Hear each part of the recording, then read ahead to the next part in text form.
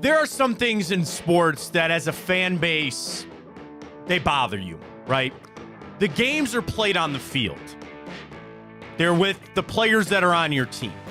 There are few things that you can do as a fan to win things or to prove that we are the best fan base in the world, and you get all bent out of shape when one of those things come up. And, well, All-Star games, Pro Bowls, that's a fan thing for the most part.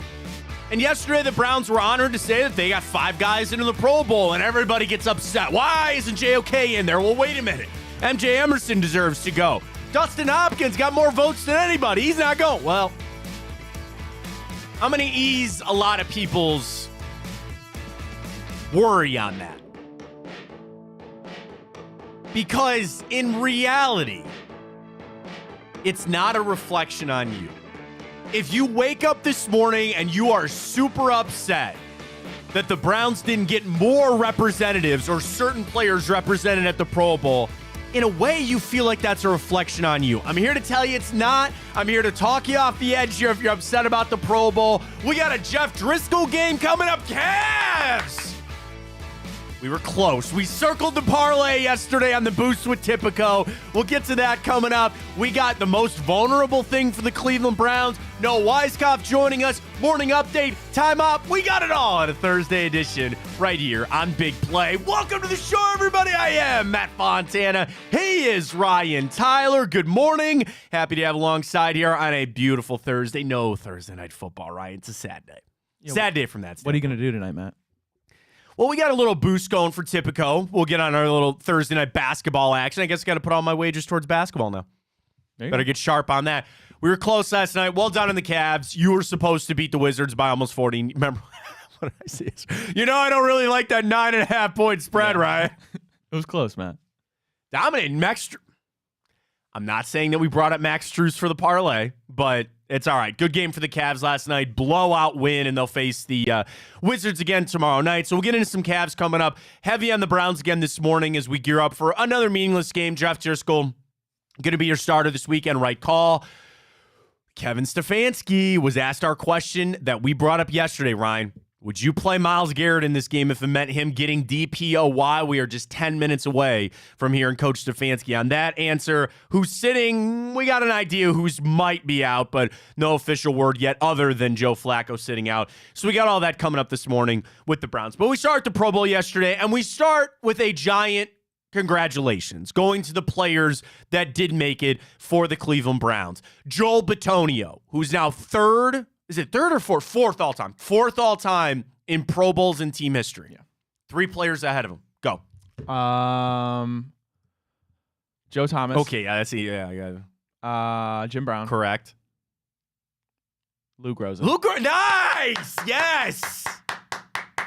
Gotta show love to There the you go. kickers. The toe. So Joel Bitonio making it. Very congratulations to him. Myles Garrett, of course, deserved to make it. David Njoku, Denzel Ward. Who's the fifth? Who am I missing? The one that made it, the starters. Oh, sorry. Who'd you already say? Denzel Ward, Yeah. David Njoku, Yeah. Myles Garrett, Yeah. Joel Bitonio. Yeah. Why can't I think right now? Amari Cooper made it, as he deservingly should. We're just not used to a Cleveland Browns wide receiver. Well, I getting had that trivia stat out the other day where Amari Cooper right now 8th in yardage amongst wide receivers. David Njoku is 5th amongst tight ends. When's the last time the Browns had a wide receiver and a tight end finish in the top 10 for wide receivers and the top 5 for tight ends? Ryan, you correctly answered that. I did. 2013. Our guys Josh Gordon, of course, and Jordan Cameron. Josh Gordon won. Jordan Cameron finished that year 2nd amongst all tight ends, only to Jimmy Graham. Jimmy Graham of a year's past. So Amari Cooper very deservingly to make it. The snubs that I think people will look at, certainly MJ Emerson. People really thought Jeremiah Owusu-Koramoah should have made it. Hopkins, Borquez, and then like Teller and Posick, all those guys are Pro Bowl alternates. The crappy thing is they're not going to make it, because there's no game anymore. They go play dodgeball. They go play. I would like to see some of those guys sit down and play some chess or something. You know what I mean? I would like to see all the Cleveland Browns not even participate because we're getting ready for a Super Bowl. Remember when Myles broke his toe? He was jumping hooping. over a wall? Yeah. The Pro Bowl is a joke. And I start that this morning because there are some people that are upset with how the Pro Bowl went. And if you're upset from a level that Jeremiah Owusu-Koramoah deserves recognition, I will join you on that. I will join you that Dustin Hopkins deserves that recognition. But in reality, the Pro Bowl means nothing. It really has always meant nothing, and especially those years that you had 5th and 6th alternates. You had, was it Tyler Huntley? Was that the guy that made it for the Ravens the one year? Yeah. Because they got so far. I was right, because everybody wanted Brissett to go. Yeah. That's right. Folks, don't get worked up about it. Don't get worked up about it. Now, again, I am upset for JOK and MJ and guys that I feel like Wyatt Teller, you're going to tell me that Wyatt Teller's probably going to be an all-pro this year, and he didn't make the Pro Bowl. It is a fan vote, which is only 1/3 of it. The coaches and the players, they vote on that too. I don't care.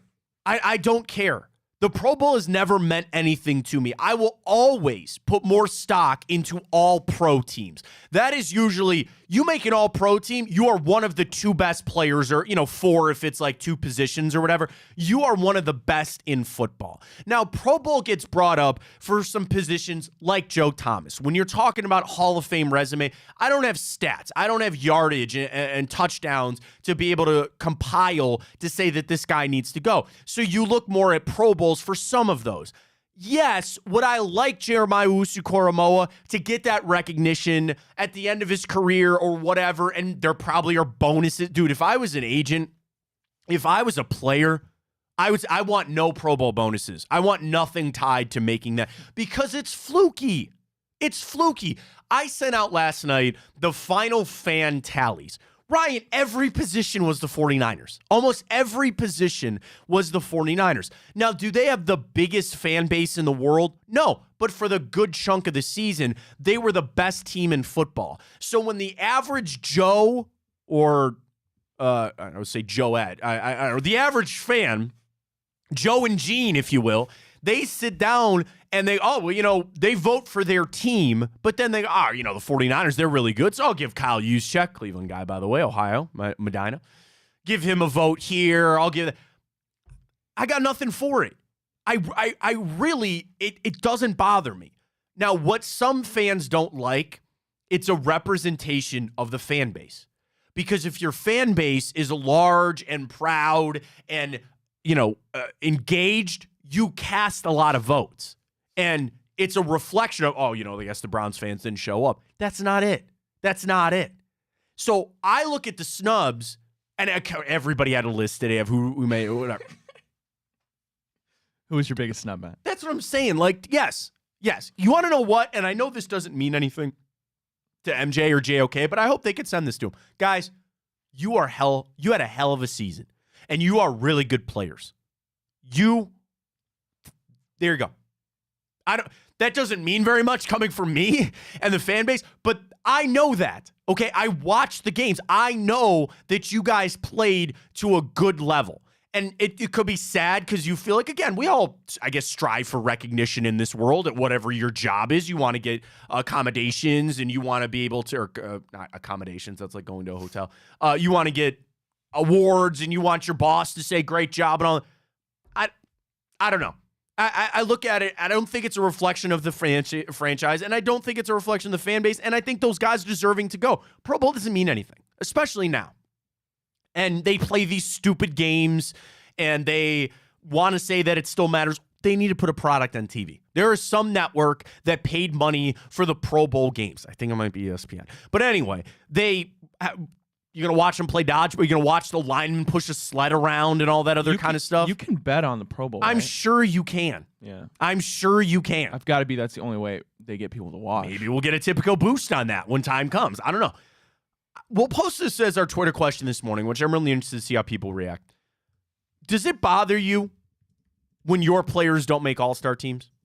Does it bother you that the Browns had snubs for the Pro Bowl? Just simple yes or no. Are you taking that to heart as a Browns fan that they didn't get some of these guys in? Now, that being said, 5 is a decent number. 5 is a really good number. You had a lineman, you had a tight end, a receiver, a DB, and a pass rusher. It's not like it was all one position. You spread that around pretty good. That's deserving guys to go. And again, I think it's positive that we're even having the conversation that you had 3 or 4 or 5 other guys that deserve to go. And the only thing that could really change my tune on this is if one of these guys told me, like, man, I really wanted to go, and I would feel bad for him at that point, and I would try to sit there and tell them that it doesn't matter. All pro is the one thing that I will always look at. That means more. Oh, yeah. And it's the fans are easily swayed. I'll give you one guess who Pittsburgh Steelers fans didn't vote for. Myles Garrett. And you and me and everybody out there knows that he's not just a Pro Bowler. He is an All-Pro, and he's one of the best. But did you vote for TJ Watt? No, you didn't. And I know you didn't. And that's fine because it's a part of being a fan. And the same thing and I know how the Pro Bowl, you know how that Pro Bowl goes? They have pieces of paper they hand out around the locker room. They might have a tablet now. They go around the locker room. Same thing. I'm assuming Browns fans or Browns players, they're not voting for their opponents for that. This is not some sanctity holier than now list. They're like, yeah, whatever, screw that guy. Or, that guy cut blocked me earlier in the season. Screw him, I vote for him. You'd like to think people want to look at that and believe that that is an actual representation of how good you are. It's not. Do you think we had some stolen voting ballots for the Pro Bowl? Oh, people were, there's stuff in the ballot box over there. Lord knows we have enough of that in this world. Oh, there's stuff in the ballot box out there in San Francisco. Somebody stole all the Browns ballot box. I guess. Well, can I... recount. Another part of that, another dangerous word in today's society there, young Ryan. Fake election. Okay, so here's another question that I was thinking about. Did you see it like Christian McCaffrey and Brock Purdy got the most votes of anybody? Is it weird that he only had 500,000? Think about that. Voting's been open for a couple of months, right? I mean, yeah. And it's the NFL. How accurate can stuff be when you're voting on Twitter? Well, that's the other thing. They got to have these algorithms, and then they had double points days too, where votes counted twice, and you hit the retweets. And, I hit retweet on a couple of them too, and I want to cast my vote for the Browns players that I think deserve to go. But that's the other thing. It becomes a marketing ploy for the teams. You watch the Cavs games, they are running a promo that says, send Donovan and Darius and Evan Mobley and Jared Allen to the All-Star game. Dude, Darius Garland and Evan Mobley ain't going to the All-Star game. But the team wants to promote that because it's good for the team. The other side of that too, because I'm a tortured Columbus Blue Jackets fan. They get somebody. They're like baseball. Every team gets an all-star in the NHL.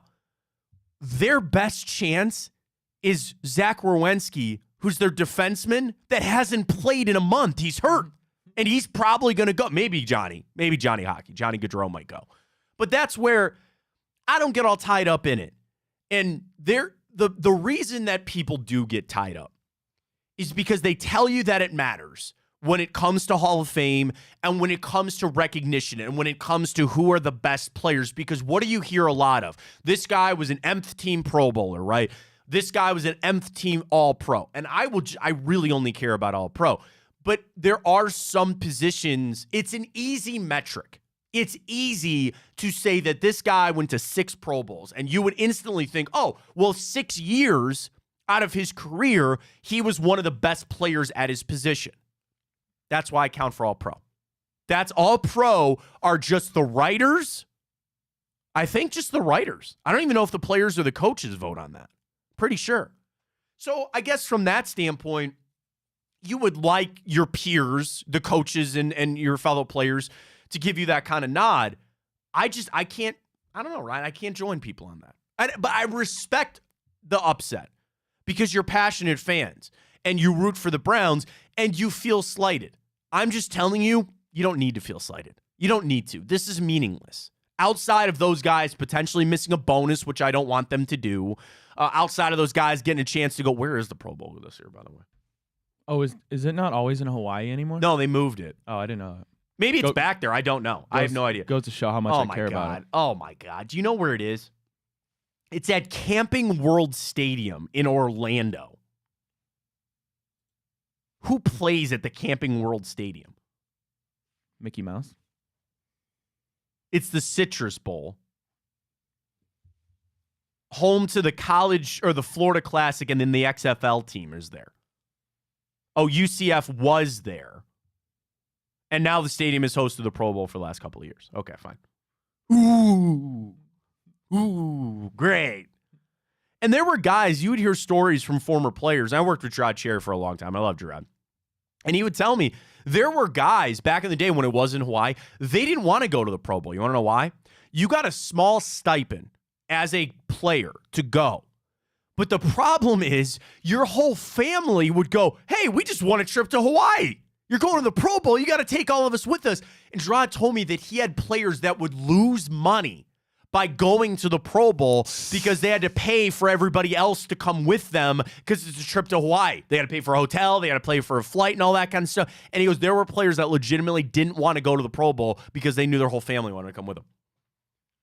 So now you get to get down to Orlando. I guess there's nothing prestigious about it. There is nothing prestigious about the Pro Bowl, especially for now what it is and the games they don't want to play because they don't want guys getting hurt, but they got to sell a TV product and all that kind of stuff.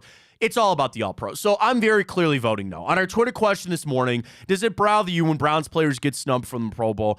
I'm going to say no. It really doesn't. I feel bad again for those guys if they wanted to go or if they missed a bonus or things like that. But in totality, I know Jeremiah Wusu-Koromoa had a good game or a good season. I know MJ Emerson did. And you really know where those guys want that to matter when they sign their contracts. And when they go sit down with Andrew Berry to negotiate deals, Andrew Berry doesn't need Pro Bowl recognition and go, you know what, we got to short you $2 million here, man. You didn't make a Pro Bowl while you were here. No, they know how good they are. They know where they stack up against the rest of the league. That really doesn't matter. And the vast majority of players only really care, rightly so, is one thing. What's their, outside of winning as their team, but they care about their contracts. And contracts, you're not sitting down and go, oh, you made the Pro Bowl. You must be worth a lot more money. They know how good they are. They know how they're good. Ryan, I don't care. I'm trying to ease. I feel bad because I feel like I'm yelling at people that are angry about it. I'm trying to ease people's minds out there if you actually have a problem with it. Yeah. And I'm just telling you that there's a lot of reasons you don't need to. You're in the playoffs. And I do think there's an element. There's a lame duck game this weekend. There's not much to grab onto right now. And that's the news that came out. You get upset about it, and that's fine. But I have nothing for it. Ryan? No, I mean, you took the words out of my mouth. Nobody's looking at a Pro Bowl selection in terms of if we're going to extend you and give you money. Nobody cares about that in the NFL. Do you think it's a reflection of the fan base at all? No. I don't either.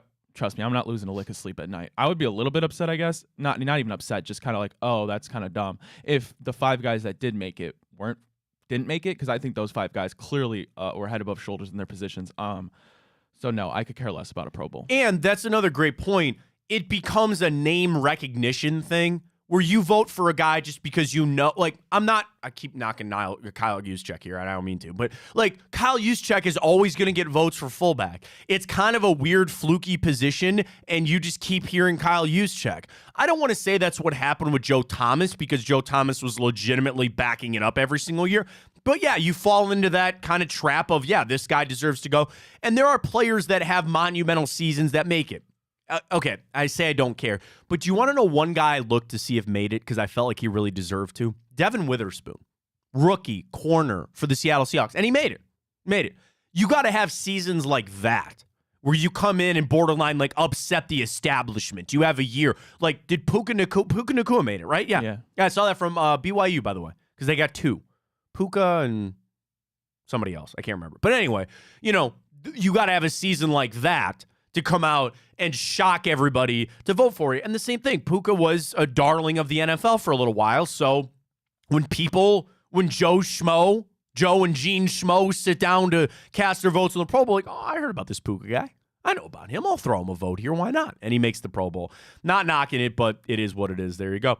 All right, other things with the Browns. We're going to get Jeff Driscoll this weekend. It's the right call. It is 100% the right call to sit down Joe Flacco. That's not the debate that I was having yesterday. The debate was Myles Garrett.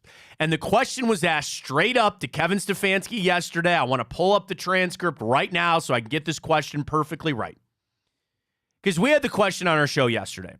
Would you play Myles Garrett if it meant he was going to win Defensive Player of the Year? Coach Stefanski yesterday, the question, quote, When you have somebody like Miles that has an opportunity to win Defensive Player of the Year, do you still rest him even though he can maybe get a couple more sacks in the game? Here's Kevin Stefanski's answer, sound courtesy of the Browns from yesterday. I don't know that Miles needs to do anything more on a football field to convince anyone how important he's been to our football team. Said it before, I'll say it again. I mean, he's the best player on the best defense in the National Football League. That counts for something. And I would say just talk to the coaches that he goes against. Ask them what they think about him as a player, the type of impact he has on the game. So we'll see if he plays on Sunday. But I don't think it should be a determining factor in any way, shape, or form. You know, on that, because I made the case that I would ask Miles if he wants to play. And if that meant something to him. I'm sitting here saying the Pro Bowl doesn't matter to me.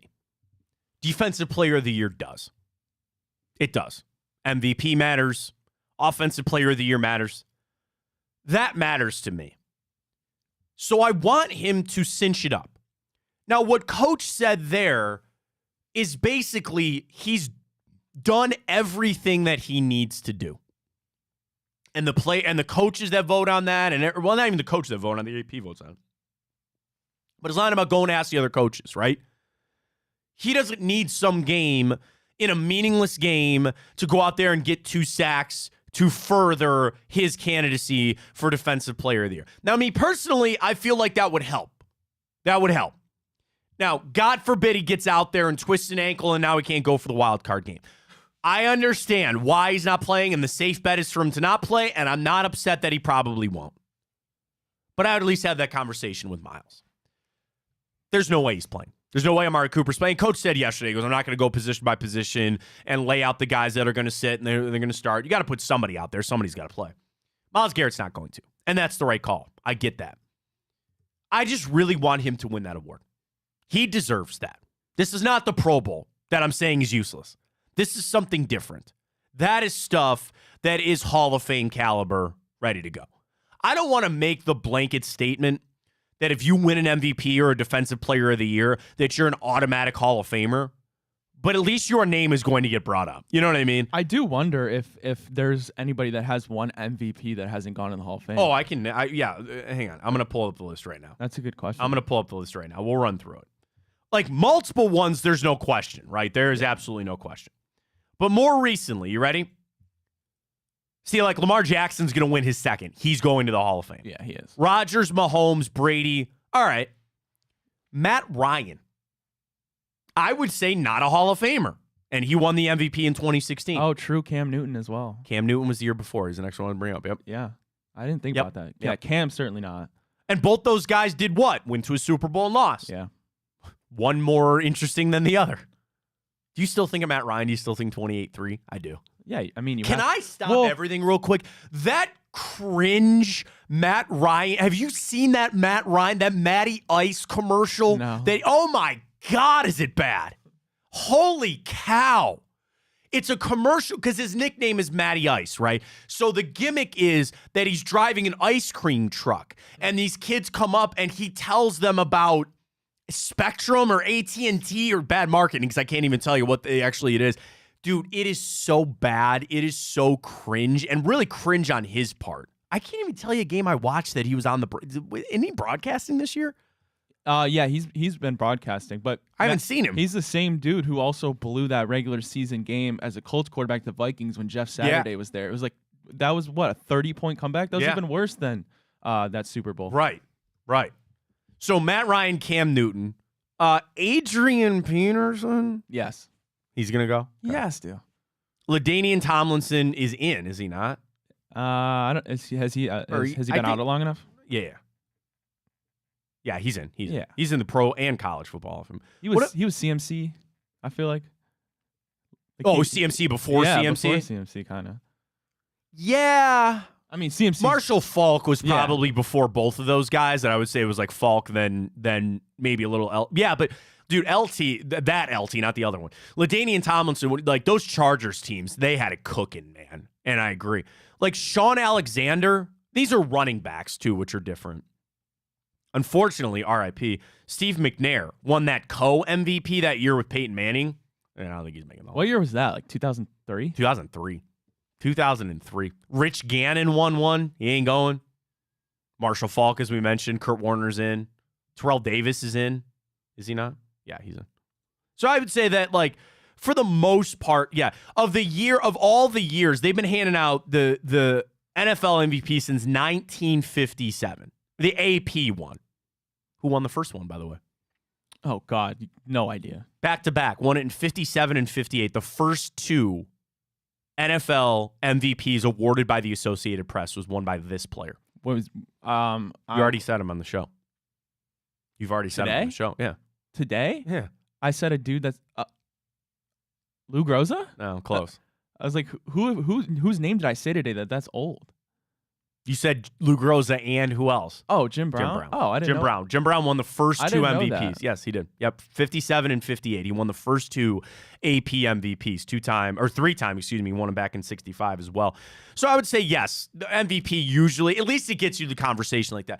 But I feel like the same thing for Defensive Player of the Year. That is your MVP for defense. You win that, you're in the conversation. Miles is going to finish things out as in the conversation anyway. He wins Defensive Player of the Year. I think you rubber stamp that. He's going to be going to Canton one day.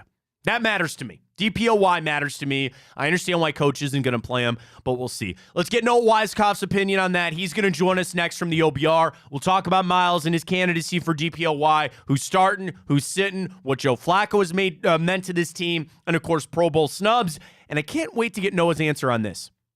Which team do you want to face this weekend? Which team? Not this weekend. I know who we're facing this weekend.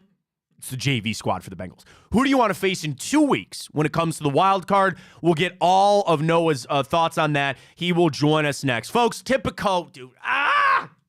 2 points in an Isaac Okoro 3 cost us last night.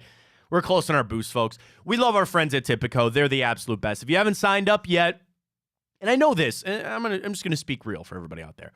The vast majority of you probably have multiple sports books, right? And you kind of bounce around and you try to use up those promo codes and you see. If you haven't tried Tipico yet, download the app, use the code BIGPLAY100. You deposit and bet $25. You get $100 in bonus bets. And what I think will set it apart than the other ones, the interface is so easy to use. It's one of my favorite things about it. But also the boosts. And we're going to do a boost almost every day. We're going to do an NBA boost tonight. We'll reveal it at the end of the show. And what they do is, like, do you want to know my favorite one for tonight in the NBA? So you got a big matchup tonight against the Bucks and the Spurs. Big relative. It's a 9.5-point spread, but it's Wembanyama taking on Giannis Antetokounmpo. They have a boost up to plus 200. You bet $100, you win $200. You get $300 back for Wembanyama and Giannis to both record a double-double tonight. I love that. I love it. Put $5 on it, and you're going to sit down and watch that game with a little more interest tonight. We love our friends at Tipico. They're the best. Again, use that code BIGPLAY100 when you sign up. You get those bonus bets when you deposit and bet $25, and you can bet the boost with us all season long. We'll get to our NFL picks tomorrow. Good weekend for us this past weekend. Great stuff there. So sign up with our friends at Tipico. We got Noah Weiskopf, OBR. He'll come your way next right here. Fontana Show on Big Play.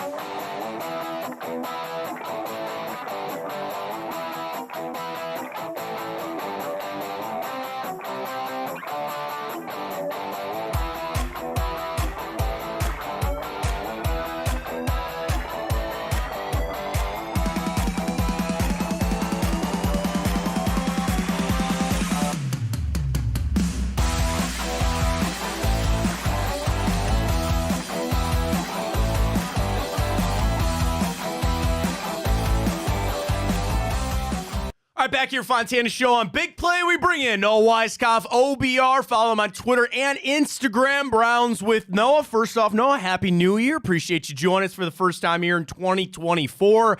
And the big thing we're talking about this morning, what we started with, was the Pro Bowl. And last night, Browns got some snubs. They got the 5 in. So I'm just going to ask our question this morning. Does it bother you when the Browns get snubbed for the Pro Bowl in some respects with some players?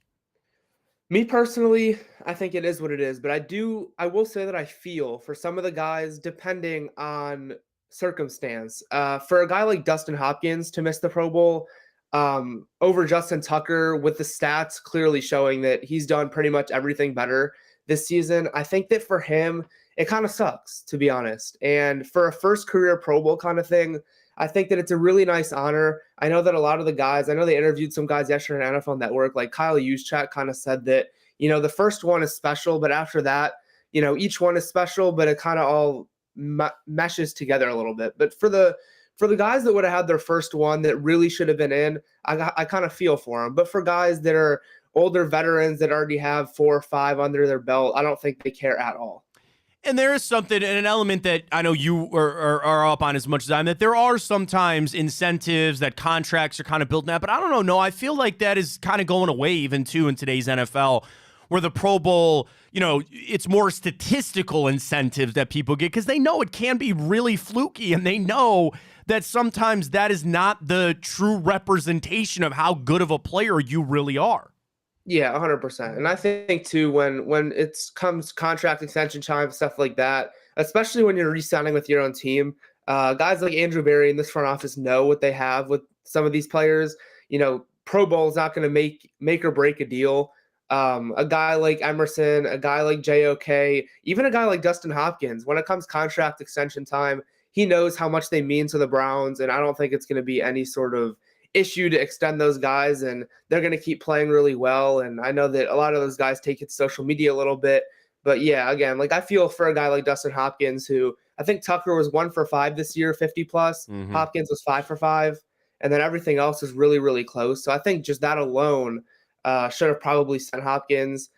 Maybe missing last week didn't help him, but it is what it is. Off of that, Noah Weiskopf joining us of OBR. All right, I got to ask, who was the biggest? Here I am saying, it doesn't really matter, and it's not that big of a deal. It sounds like you're going to go with Dustin Hopkins here as your biggest snub for the Browns. Anybody else that you really have, an issue with? Yeah, I think Dustin Hopkins would be the biggest one by far to me. Fair enough. And, Jeremiah Owusu-Koramoah, young player, he's got a lot of time. MJ Emerson. I'll put it this way, and it doesn't ease things for MJ. But I'm like, dude, you're a third-round pick that is even in this consideration. That is a home run. And I know Andrew Berry can look down and say, man, I drafted this guy and I was able to re-sign this guy and he's got his fingerprints all over this. But, the fact the Browns got 5 in with another 5 or 6 alternates, I think that speaks to how strong this roster really is.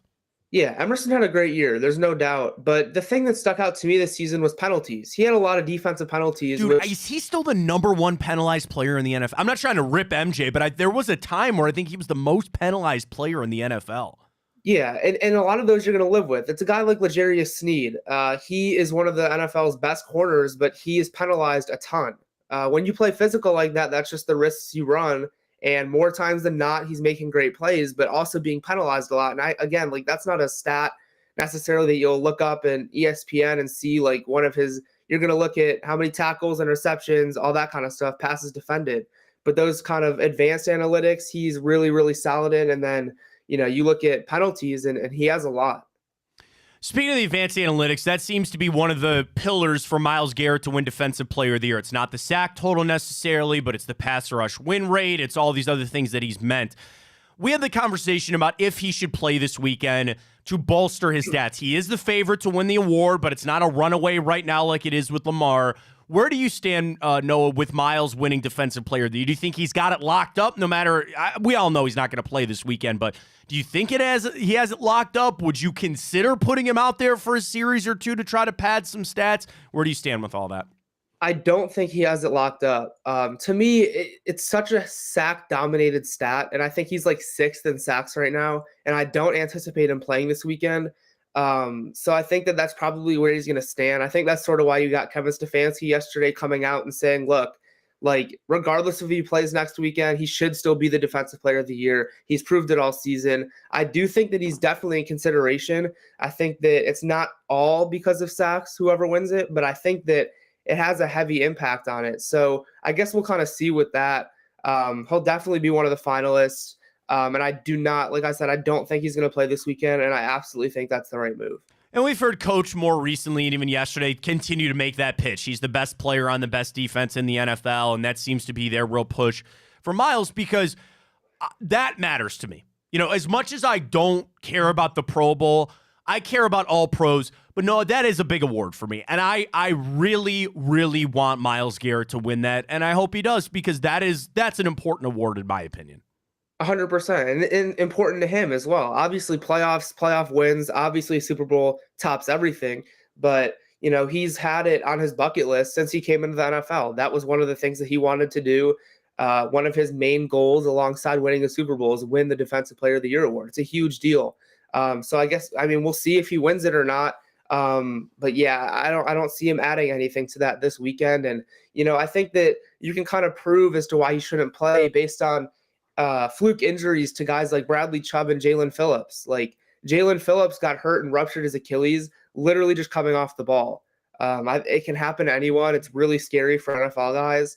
And I think that that's just another point, is to be like, you know, there's no reason to play Myles Garrett to hope that he gets another 1-2 sacks.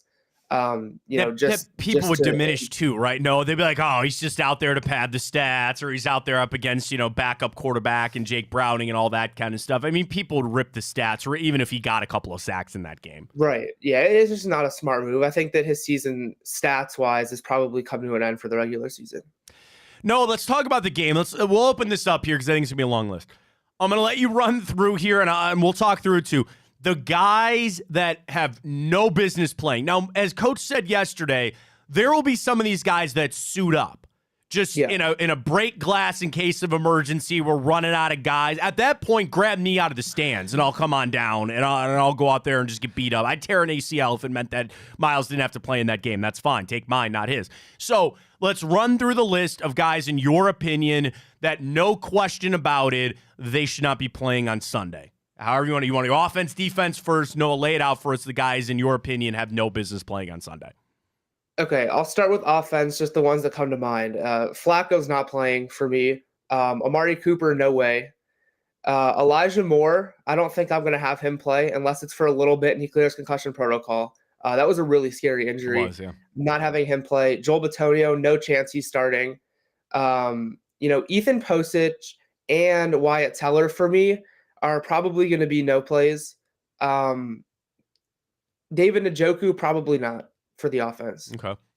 I think you really treat this as like a preseason game. I do. Then defensively, what do you think? Ward, what about like MJ? Because you would say Ward, Newsome, and MJ all sit. And then the other one is D-line, because I'd like to sit Shelby and Dalvin, but I need bodies out there, because that's the other thing. No, I mean, what we named there, 8 guys on offense. Yeah. I could give you 7, 8 guys on defense. Some of these guys are going to have to play, right? Yep. For defense, I do not think it's as many. I think it's Denzel Ward, you're not playing. Myles Garrett, you're not playing. Zadarius Smith, you're going to play a little bit. I think that other than that, Greg Newsome, Emerson, I think that they should probably both be out there. I think that probably those two are out there. Obviously, both young safeties are going to start and probably shine. I think JOK probably should be out there. Okay. As for defense, like I said, I think it's Myles Garrett, Denzel Ward. You guys are done. But other than that, I think the guys are playing. And if you could take some of those guys out mid-game, be cautious. That's great. Rotate those D linemen more than you usually do. But other than that, I think everyone's probably out there. Give us an injury update, please. Noah Weiskopf joining us, OBR. Follow him on Twitter and Instagram, Browns with Noah. The big thing are the specialists, not so much for this weekend, Noah, but, dude, am I going to get Dustin Hopkins back for a week from Sunday or Saturday? I guess we play in that game for the wild card. Like, how concerned should I be that we might not have Hopkins for a playoff game? I wouldn't be too concerned right now. I think that the anticipation is that he's back for the playoffs. Him and Bajorquez also. I know, it's big. Good, They're God. big deals. No offense to Riley Patterson or anything like that, but thank God. None taken. Yeah. Can I? No, Dustin Hopkins contract extension too, right? Is that and frankly, Bajorquez, right? Do these guys not need deals?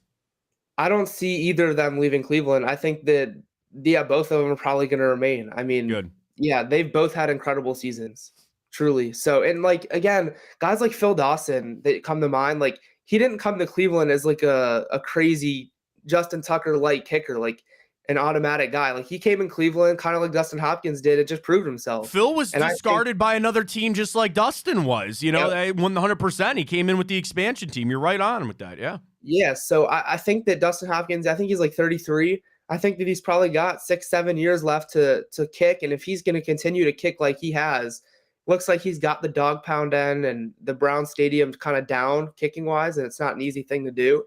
But, you know, if he has that down, he'll be kicking here until he's retired. Phil was with the Raiders and the Patriots practice squad before the Browns signed him as a free agent in March of 1999. So there he is.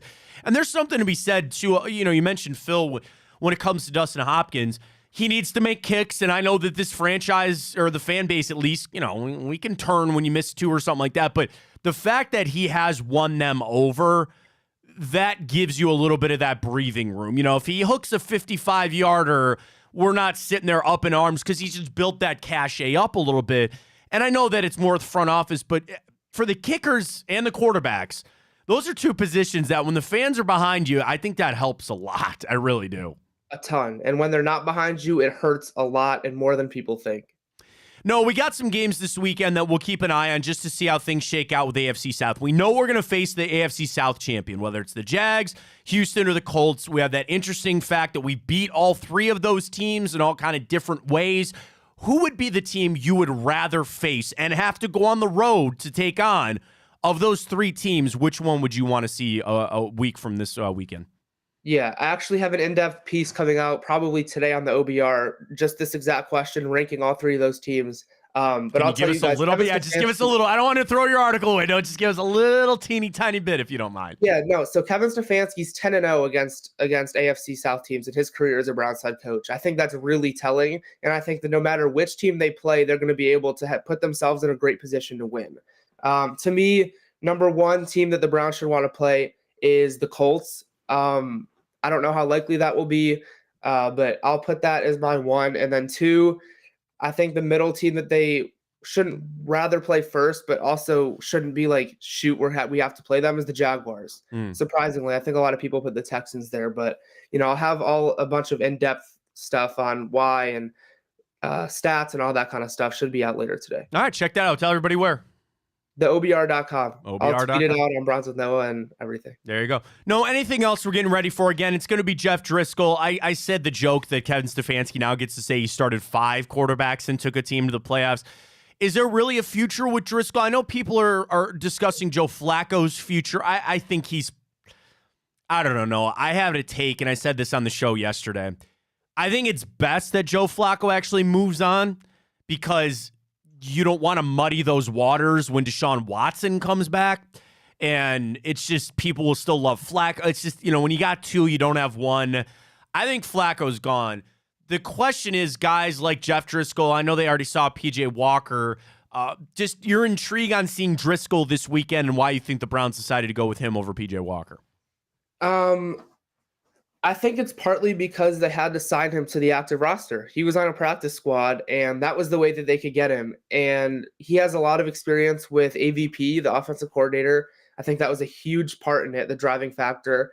But yeah, they'll see what he has. I think that if he comes out and shows that he throws a couple picks, he does not look good, I don't think there's any reason as to why they can't say, PJ Walker, you're the backup for the playoffs. But going back to the Joe Flacco thing, I think that might be the number one question heading into the offseason. And the biggest debate on all sports shows, everything like that, is whether or not they should keep Flacco. I think that for Flacco, you know, if he could find another good situation in a bridge type quarterback, I don't know if that's going to be in the offseason. That might be during the regular season again, kind of like he did this year. But if he's able to find one of those jobs with another team, I think that's probably in his best interest. But if you're the Browns, man, how can you let Joe Flacco go and not want him as a backup? I don't know if he'll want to take that job. But, you know, if he's able to win you a playoff game or two, or say even make it to the AFC Championship or the Super Bowl, anything like that, you know, how can you let a quarterback like that go? You know, if 3 years ago, 4 years ago, or after the 0-16 season, I tell you that in 2023, the Browns had a quarterback that took him to the Super Bowl. I And the know. next season, he was on another team. Dude, What would you say? I'm because no, they have to. They have to. We know how that dude. The debate, the second Deshaun Watson makes a wrong step, let alone throw an interception, people are going to be freaking out. We would have the debate to the nth degree that Flacco should be your starter from the jump. And the thing is, there would actually be reasoning behind it, legitimate, lucid reasoning on why. But I know that I have no choice but to start Deshaun Watson.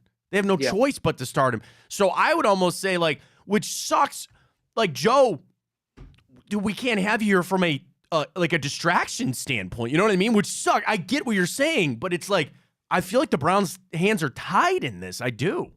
Yeah, and this goes back to the impact on fans getting behind a player. We talked about the kicker, but the quarterback as well. I mean, if you have Joe Flacco as your QB2 and Watson comes out, say week 1, and throws a pick on the second drive of the game, fans are going to immediately be calling for Flacco to go back in. Right. I mean, it's just it is what it is, and that's what's going to happen. And it's not that I don't think Flacco loves the city of Cleveland already, but he doesn't necessarily owe anything to Cleveland. After this season, he's going to do all he can to lead them to a Super Bowl. There's no question about that. But after this season, you can't blame the guy for not wanting to stay here and take a backup job. He's going to probably get a starting job somewhere else. Again, I don't know if that's going to be at the beginning of the season or he's going to have to wait again until the middle of the season. I think a team could really use him as a bridge type of quarterback that's almost already established a little bit if they're going to take another one. But yeah, I mean, we'll see. It's going to be a huge debate point, and I really don't know where the Browns are going to go at this point. Final thing, no, Dalvin Cook. I said no. I know he's got fresh legs, and there's been a lot of yesterday about, oh, don't look at his stats with the Jets or what the Jets offense was. I just come from the standpoint of you give him what, maybe 6 carries in a game, and I don't really need a distraction of trying to get him up to speed on the playbook. And I know Kevin Stefanski was his offensive coordinator back in Minnesota. I get all that. I would probably say no to Dalvin Cook. What would you say? Yeah, personally, I actually would disagree. I think that you do it. I think that you're probably at this point you could even probably sign him to the practice squad if he's willing to come to Cleveland. I think it's ultimately, he clears waivers today at 4, so I don't think anyone's going to claim him. I'd be shocked if someone claims him. So it's going to be a choice that he's able to make, and I don't think that it's going to happen. I think that he's going to prefer to go to a Baltimore Ravens, Dallas Cowboys type of team. But I think that if he's willing to go to Cleveland, you bring him here. And I think that it's a very, very low risk, high reward. He's a 4-time Pro Bowler. I know that he's getting up there a little in age. He didn't have a good season this year, but again, it's all relative to his situation.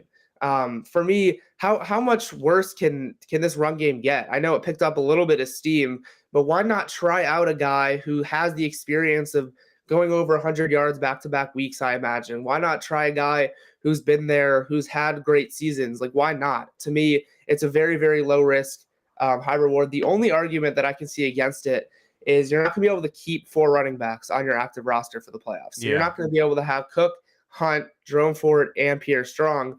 And obviously, the guy that would probably be out is Pierre Strong. But the thing there is he plays a lot of special teams, and Dalvin Cook is not a guy for that. So I think that's your main reason against it. And if they don't do it, I think that's going to be a driving factor. No, always appreciate your time, man. Everybody check out his article later today discussing the team that he wants to see the Browns play in the wild card, OBR.com, Browns with No on Twitter and Instagram. Enjoy the season finale this weekend, man, and we'll catch up with you next week. Thanks for having me. You too. There you go. Noah Weiskopf. I mean, Cook, he made me think about it a little bit. I still lean no. I still think it's just too, like, I don't know. I wouldn't be shocked if they did it. I really wouldn't be shocked if they did it because it's a position that you can't instantly say, oh, yeah, we're good. You could use that there. How many carries are you going to get? What are you going to do? And especially with Joe Flacco, if he's going to keep throwing it 35, 40 times in the game, you only need a couple of guys to run the ball. And I'm fine with Jerome Ford. He brought up a good point of Pierre Strong. There at the running back position. Him talking about, too, the contract extensions, and I felt really good that he said he feels like we're going to get Dustin Hopkins for that playoff game because, oh, boy, do we. That's been under the radar, I feel like, Ryan, over the last couple of weeks, with everything. you need your kickers and you need your special teams when it comes to playoffs. I mean, a lot of times, yeah, you got to have talented guys, but if you're committing penalties, you're turning the football over, and you don't have sound special teams, you're not winning playoff games. I need Dustin Hopkins bad for whoever we face. I'm kind of with him on his. I'm really interested to read his article later today. I'm kind of with him. I would lean. I guess I'm conditioned that it's going to be Jacksonville. I'd love to play the Colts. I think the Colts are the most vulnerable. I guess maybe not. Jags are hurt. They're banged up. And maybe seeing what Trevor Lawrence does or doesn't do this weekend, I see a path to all three. Like, it's not like you're trying to avoid the Ravens, right? You would feel semi-confident in all of those teams. The other thing is not just who we're going to face, but I'm going to be rooting a lot to see how the seeding plays out, Ryan.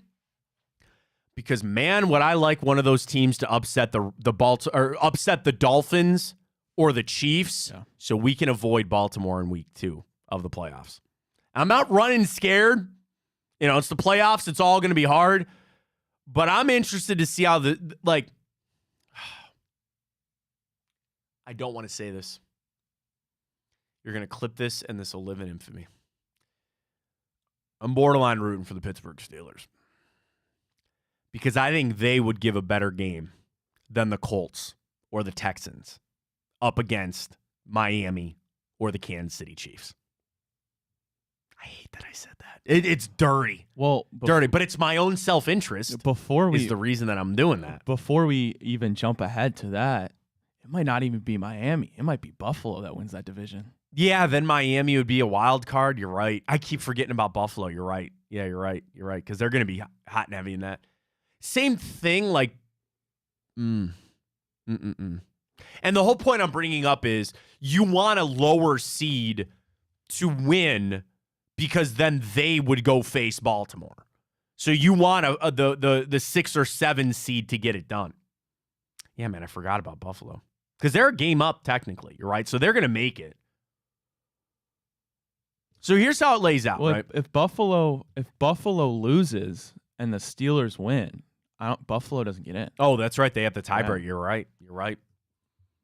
Yeah, there's a lot of intrigue this weekend for games. Again, for a game that doesn't really matter for us. Isn't that just nuts to think about, though? The Bills win. Well, they win their division. They lose. They might not even make the playoffs. That's the crazy thing about how they handle the tiebreakers. And I guess it's better than like a coin toss going back to Friday Night Lights. If you make it or not with a coin toss, like I get that. That's fine. But, yeah. I mean, you know the answer to the question. Just expand the playoffs. They're going to expand the regular season. How many more playoffs could you do? 2 byes? What if you did 8 teams make it, and then you hand out 2 byes instead of 7? I'd sign up for that. Are you know? Well, then at that point, you are in the NBA realm, right? Where over half the teams are going to make it. I don't really like that. You got to have something matter in the regular season. And they said, and eventually we're going to go to that 18-game schedule. They're going to go 2 preseason, 18 regular season. That'll be coming sooner rather than later. Maybe that'll dice things up a little bit more too. Because here's another weird thing. As they redo the regular season, should they not then redo the tiebreakers? Should they not come up with better tiebreakers? And I know it's not always as simple as you beat this team, or who they beat and how you beat them and all that kind of stuff. But there's a lot of ins and outs. And the nice thing is we get to sit back as a team that's already clinched our spot, sitting here fat up at the top of the throne going, yeah, fight it out down there. What do we care? We're the 5 seed. It's great. But there's still games that matter. There are still going to be games that matter for this to watch how the Browns play out in their postseason path, potentially, to that AFC Championship. All right, so this catch a break coming up. I want to get to the morning update. We got more fallout from this Aaron Rodgers, Jimmy Kimmel thing. We'll get to that coming up. Cavs with a nice win last night. Want to jump into some wine and gold. And also coming up in hour 2, Bill Barnwell went through all of the NFL contenders' biggest weaknesses. So as good as the Browns have been, there's something that they're not great at. I'll tell you what it is, and also the teams, according to Bill, that you want to avoid in the playoffs. Chris Sims said on Sunday Night Football, he would say the Browns in Wild Card Weekend would be the one team he would want to avoid.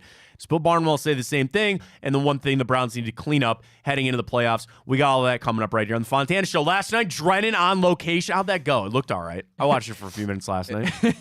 It was good. I put up a meme about teaching. Does Bruce know what a meme is? Oh, hell no. No. Okay. Teaching what an Ethernet cord was. Have you seen that meme of the dude with his veins popping Yeah. out? Yep. Yeah, that's Bruce got it figured out. He is on location, but bonus time last night with Bruce Drennan. Always a great time.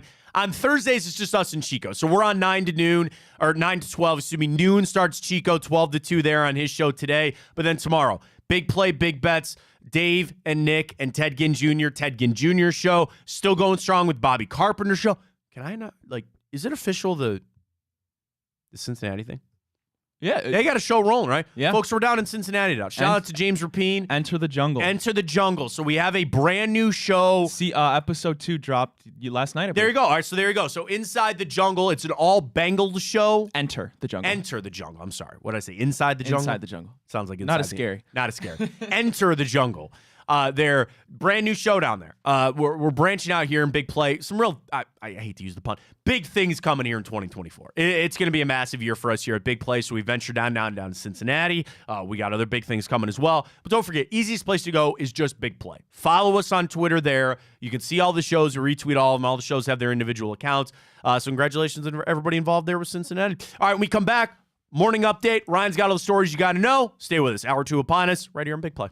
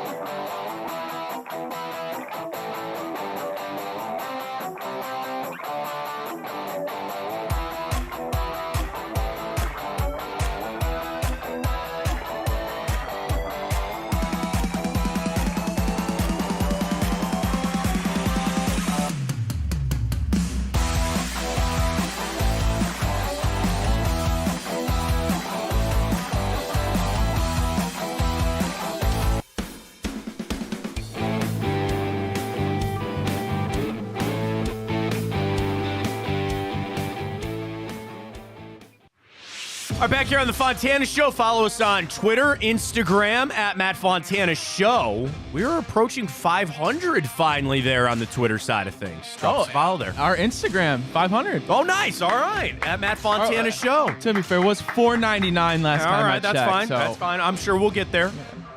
Instagram's the spicier comments. We put that Donovan Mitchell clip up there, and some guy goes, "Bro, you don't know basketball. You suck." I'm like, all right. I did click on his bio. He's a Knicks fan. So I go, "Oh, are you upset that you didn't get Donovan Mitchell? Is that how that he's goes?" coping. That's He's fine. coping. Follow us on all the social media platforms: Instagram, Twitter, Matt Fontana Show, YouTube channel, Matt Fontana Show, and of course, Big Play. We retweet it all, and we're on the Big Play channel there as well. On YouTube, check us out, and of course, the iHeart app. Download that. Take it where you need to go. Let's get to it. Morning update. Ryan's got the stories. I got the takes. Cavs put a spell on the Yes. Wizards, Matt. A 140 burger in Rocket Mortgage Fieldhouse. Stop. Really? Really? Oh, because my pun? That's a great pun. It's a fantastic one. Low hanging fruit. I got to take it We're when I can highbrow get still it. here. Come on. No, we're not. What are you doing? No, we're What are you not. No, we're Put the not. spell on the... Make a Harry Potter reference. We're going to have a meeting after Somebody the at show. home appreciated what I just said. I'm sure they did. You make a Harry Potter reference, and we're going to have a lot of trouble there. Continue on, though. Are you going to say it again? Cavs put a spell on the Wizards. They put up a 140 burger at home at Rocket Mortgage Fieldhouse, Matt. 39-point win is a great one. Strus came back around, which is nice to see. I feel like the Cavs have a bunch of guys that are like they're going to go 2 bad games and then light it up for a third one there. Listen, the Wizards are a bad team, and you played with them a little bit, and then you just throttled them, and there was really no question on the way out. You played pretty much everybody in that game, which was great to see. Tristan got some tick. I mean, the thing is, how the Cavs are going to have to win, it's borderline like that. 17 from Allen, including a massive 19 rebounds in that game. What did we say yesterday? I was worried about 13. Dude, we were worried about 13. Wizards, the worst rebounding team in basketball. Remember that for tomorrow night, by the way. The problem is he got 19. His over-under is going to be like 15 and a half. Yeah. We'll get to our boost tomorrow.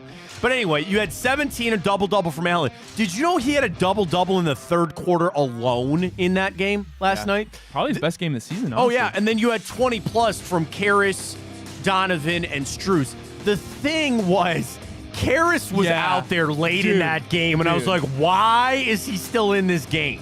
Dude, I was on Twitter, three straight tweets. My whole feed was, Karis LeVert sucks. Karis LeVert is showing like he's the biggest wish-wash player. Like, Karis LeVert is awful. And I didn't watch the first quarter, Matt, so I clicked on the game. I'm like, oh, God, what's he going to do? And then he just starts bawling. Oh, yeah. He hit that 3 when he was falling down and all that kind of stuff. The thing about that game last night, those kind of calm the waters. Like, you had a 2-game losing streak, fine.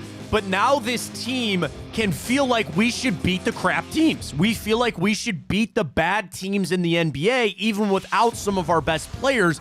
It's the confidence, it's the momentum, and they're finding a way, which is good. No reason they shouldn't win again tomorrow night.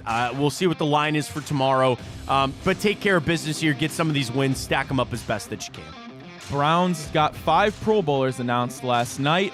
Joel Bitonio, David Njoku, Amari Cooper, Myles Garrett, and Denzel Ward. A couple of snubs that some Cleveland fans thought, with the likes of MJ Emerson and JOK, but the Browns will be pretty represented Pro Bowl weekend. Yeah, our question this morning, are you upset when Browns get, snubbed from the Pro Bowl? 57-43 people say no. Fats Homer on Twitter says Pro Bowl is no longer the prestige like it used to be. DJ Mammoth Music, the only thing noteworthy for me would be if they didn't reach that incentive check had they earned it for such a season and it was built in for a major sweetener as a contract bonus. I agree with you, DJ Mammoth there on Twitter, because I said that. I want these guys to make it. I want these guys to get their contracts. I would look at an agent and say, dude, don't put those in the contract anymore. Like, they don't mean anything. But you see it across the league. Like, Antoine Winfield Sr. is out there, not campaigning, but like his son, Antoine Winfield Jr., is one of the best safeties in football. He is probably going to be an all-pro, but he didn't make the Pro Bowl. Like, that's the craziest thing when you look at all-pro and you say some of these guys are going to... Wyatt Teller is probably going to be a second-team all-pro guard, and he doesn't make the Pro Bowl. I don't. No, never mind. I want to do it. There's a world that he's having a better season than Joel Bitonio. There is. Like, I think Wyatt Teller has been incredible this year. I think he has had a fantastic season. And he make the Pro Bowl. So what? He's going to make the All-Pro, but I think there's a world he's even having a better year than Joel Bitonio. So take that for what it's worth. There could be a report later this week, Matt, that Kansas State transfer Will Howard might be suiting up for the Buckeyes here come the 2024 season. That's your savior, Ryan? Not you, not that Ryan, the other Ryan. Ryan Day. No, Ryan Day. That is your savior? That Will Howard? Mo Howard Shemp? Is that who this is? That's unfair of me to do. I'm sorry. I don't know anything about Will Howard. I didn't watch Kansas State. We ran through some of his stats the other day. All right. Because you know he's starting. So if, like, whatever. And I said this about the transfer portal. This comes out. He's going to come to Ohio State. You're Aaron Nolan. You go, all right, well, I thought I was going to be able to compete for this job. And you know these coaches, which is another phony part about college. You know when they sat down with Will Howard, they said, there's going to be a quarterback competition. Wink, wink, wink, wink, wink. They know who the starter is going to be. And they can try to sell that and give a bill of sale over to Aaron Nolan to say, oh, no, man, you come in and compete for this job. We know it's rigged. And you know that Will Howard's going to take it. Then the NIL money and all the dirtiness. You see Colin McCord came out and said it was a business decision why he left Columbus? Okay. Did you hear the report that Colin McCord's dad went to Ryan Day and asked him to guarantee that Kyle will have the starting job? Yeah, I ain't doing that. Where you get those balls? Well, it's I could go off on a whole tangent about parents and their kids and athletics and stuff like that. I mean, trust me, I'm a father, and I'm sure if my son was playing at Ohio State and I thought he got wronged, I would have some issues with it, certainly. The business decision thing, a business decision because there's two schools of thought. With Kyle McCord saying that he left Columbus because it was a business decision. It was either a business decision for the NIL right now, or it was a business decision to get him to the NFL. I guess Syracuse is just the magic elixir for him. So he'll get his NIL money, maybe have a better chance to go to the NFL. I don't know. The thing about the transfer for Will Howard coming in, he's only got 1 year eligibility. You're doing this all again next year. Are you going to go get some number one quarterback next year? It's just a perpetual cycle that the transfer portal is just screwing people over. And I don't think the teams understand. I don't know if the teams understand that. Like, by kicking the can down the road, by continuing to say, all right, we'll just keep going to this, we'll keep going. You're not developing these guys. You're just not. Aaron Nolan might actually be your savior quarterback for the Ohio State Buckeyes, but you might not ever know that because he's probably going to transfer. Right? Quinn Ewers all over again. Well, I know we talked about Quinn Ewers yesterday, but if he just would have reclassified, maybe he would still be in Columbus playing for Ohio State. I don't know. Do you want to know the other issue that I think crops up in all this? Do you trust that Ryan Day is making all the right decisions right now? I can't say that I am. And I said yesterday, I've had a little bit of a flip on how I feel about Ryan Day.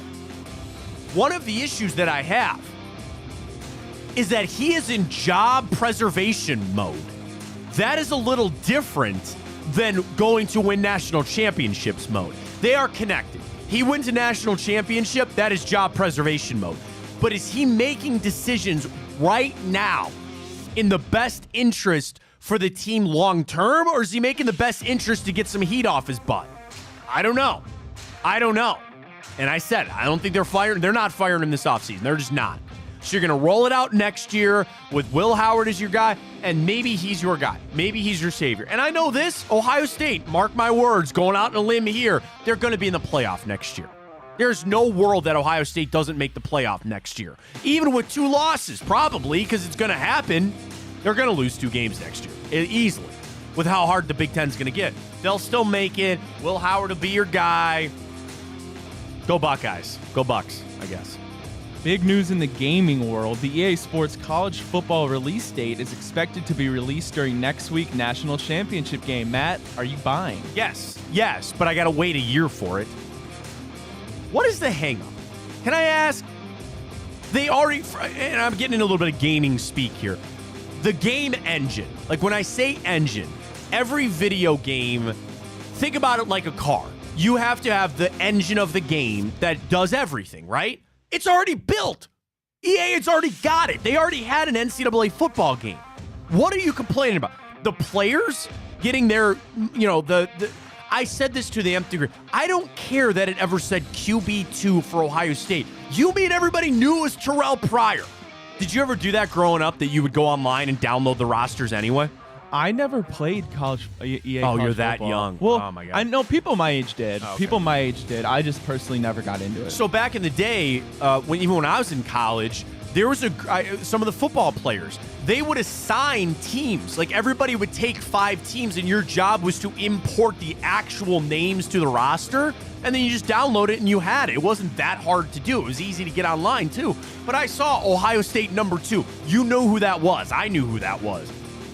I don't know why it's delayed. I guess the anticipation, they're trying to get this thing going, but it'll be a massively selling game. I'm going to buy it, sure. Dude, I haven't even bought Madden in about me neither. 8 years. It's awful. It's the same thing. Well, I mean, the difference, what made NCAA so cool was, number 1, the recruiting, because you got to play your teams out. Number 2, you could run the triple option if you really wanted to. But it was year over, and you could do franchise mode in the NFL, or in Madden, excuse me. I don't have time. Like, I don't play video games anymore anyway because of the kids. And when I do, I jump on, I play Call of Duty. But, I thought about this. Because we don't have Twitch, do we? But we have YouTube. Can we stream on our YouTube channel? Like, if you and I wanted to sit down and game one night, you think fans would want to watch that? Yeah, no, I think Dave kind of mentioned that one time in terms of, he does his simulator. He's got his golf simulator, and I think I would love to do Madden. That would be fun though. To play. So maybe when it does get released, yeah, write that down. We pick a fan who can beat Matt and Madden. Oh, it will not be a hard challenge. Trust me, I don't think it'd be that hard. I'm pretty decent. But yeah, maybe we do something. Write that down. We get some copies to give away or something like that. I think that'd be fun. Write that down. Write that down. We get some time to figure that out. But maybe in the future, 2024, we'll start streaming a little bit for some people. All right, well, last update here for the morning update. I debated bringing this up, Matt, but I wanted to. I want to get your opinion on it. So prosecutors dropped the felony charges against Jackson Mahomes after he grabbed a woman by the neck and kissed her against her will. If you're Patrick Mahomes, how do you go about telling your brother, dude, this has to stop. You're a direct reflection of me, and I'm the face of one of the largest organizations in the world.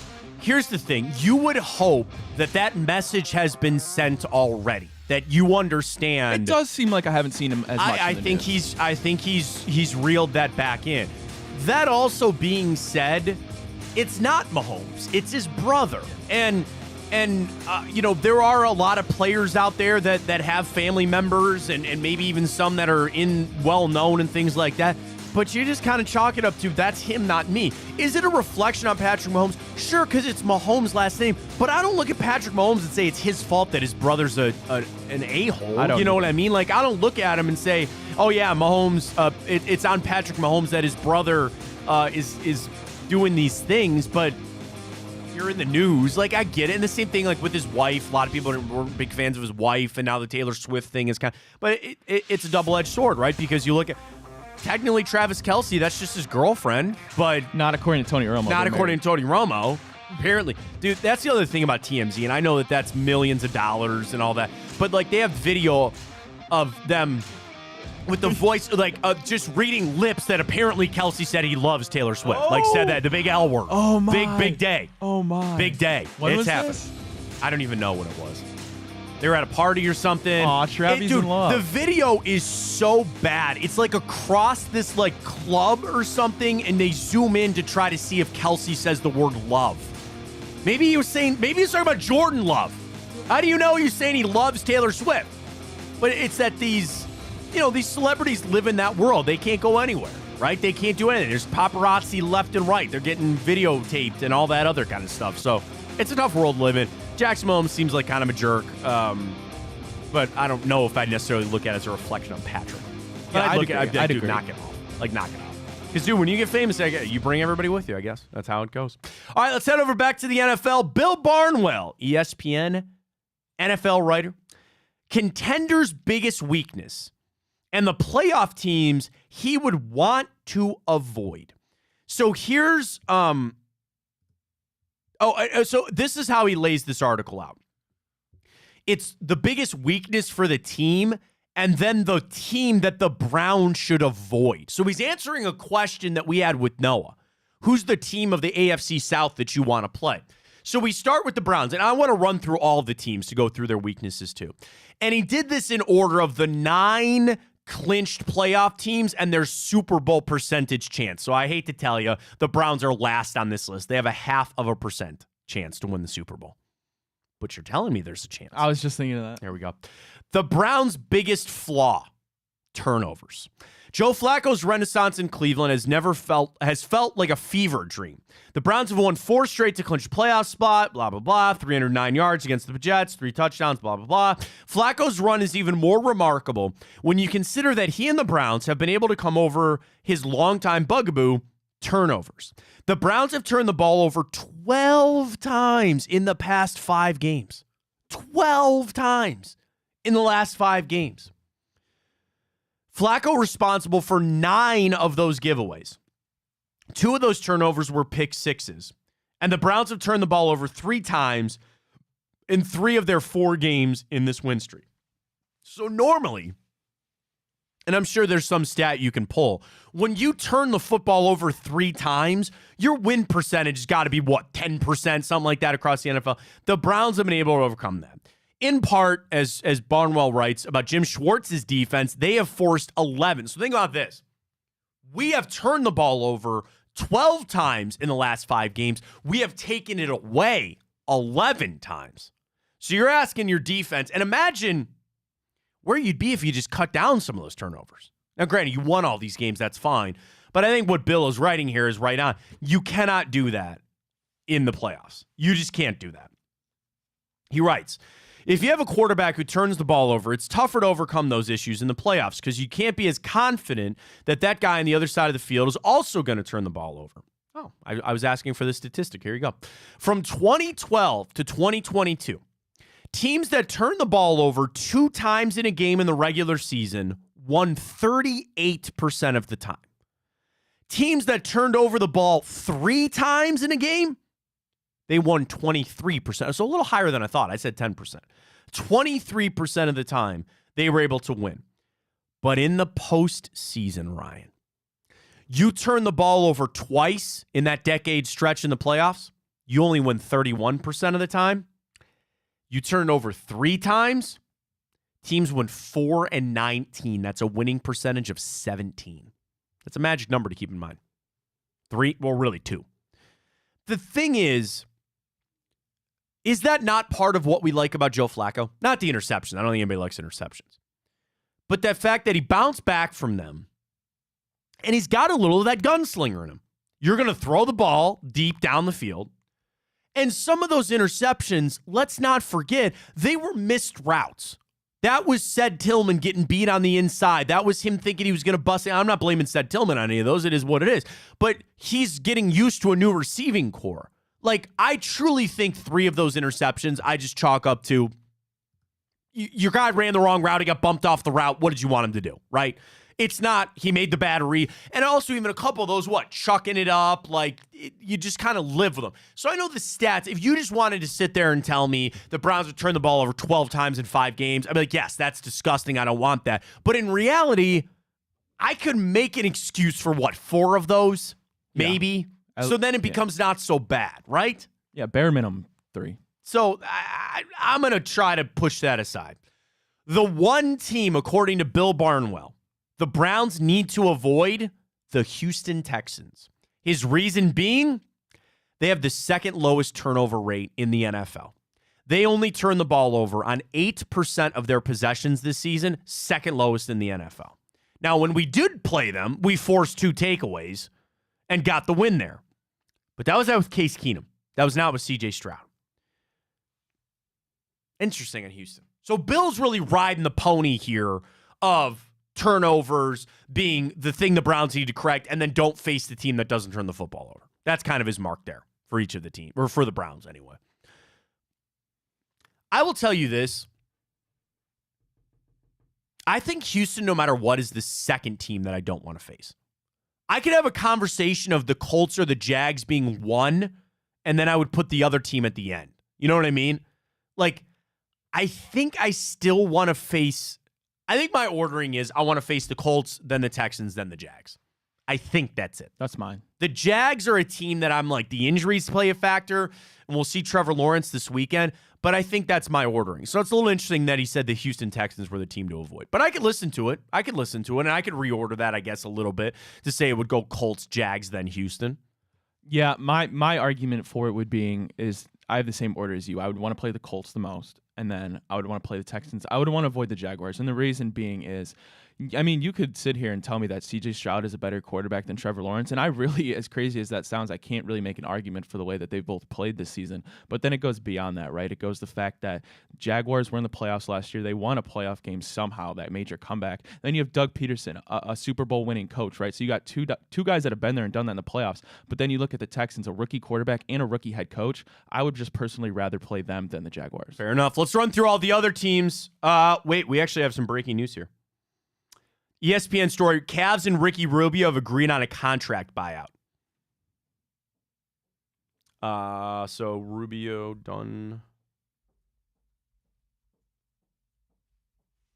It was fun while it Yeah. lasted.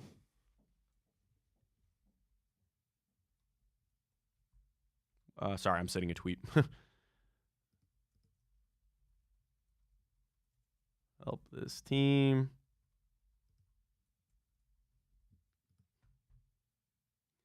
So again, here it is. So this is coming down right now. This is from Adrian Wojnarowski, ESPN. After stepping away from the franchise to address his mental health, Ricky Rubio and the Cavs have agreed on a contract buyout, likely marking the end of his accomplished 12-year NBA career, sources told ESPN. The buyout, which has $6 million left on his contract for this year and $6.4 for next year, gives the Cavs some financial relief and opens up a second spot on the team's roster. If Rubio continues professional career, it'll likely be in Spain, according to Wojnarowski. Over the summer, Rubio and his agent alerted Cavs president Kobe Altman about his need to step away to address those mental health issues. The Cavs have accommodated Rubio, but discussions shifted in recent weeks to a buyout as it became clear that Rubio did not anticipate playing for the Cavs or even in the NBA ever again. He's missed most of the last 2 seasons recovering from a torn ACL, the second of his career. Played only 33 games a year ago after joining the team midseason and averaging 5.5 points before that.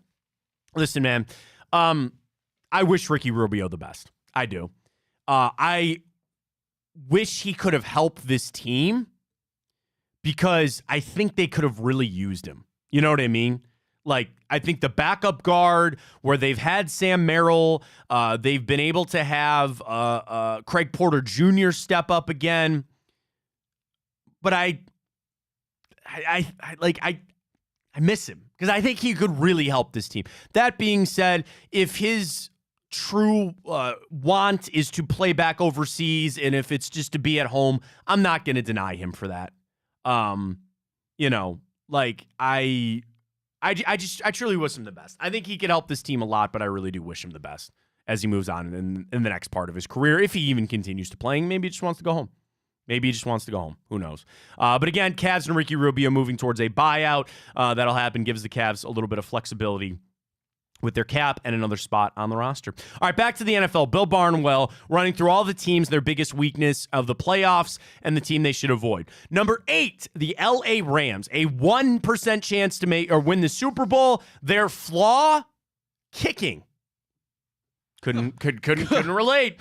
Couldn't relate. Peasants. The funny thing is they had a kicker off the Browns practice squad, that Lucas Haviskrik or whatever his name was. He's out. They're going back to Brett Maher, formerly of the Dallas Cowboys, and the team they should avoid is Tampa because Maher missed 4 of 5 extra points in a Cowboys win in Tampa last year.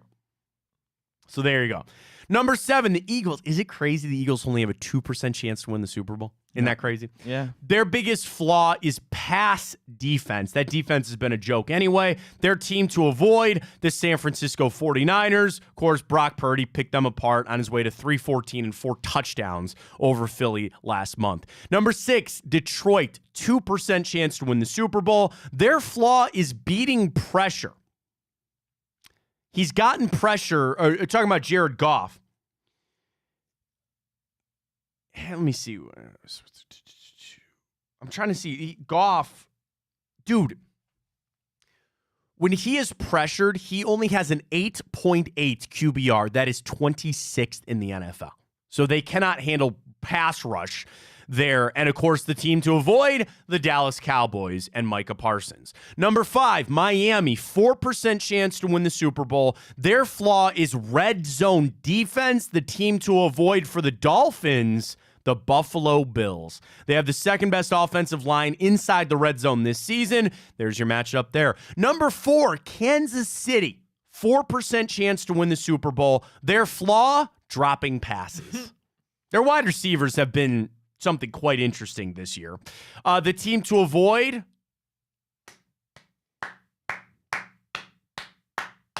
your Cleveland Browns.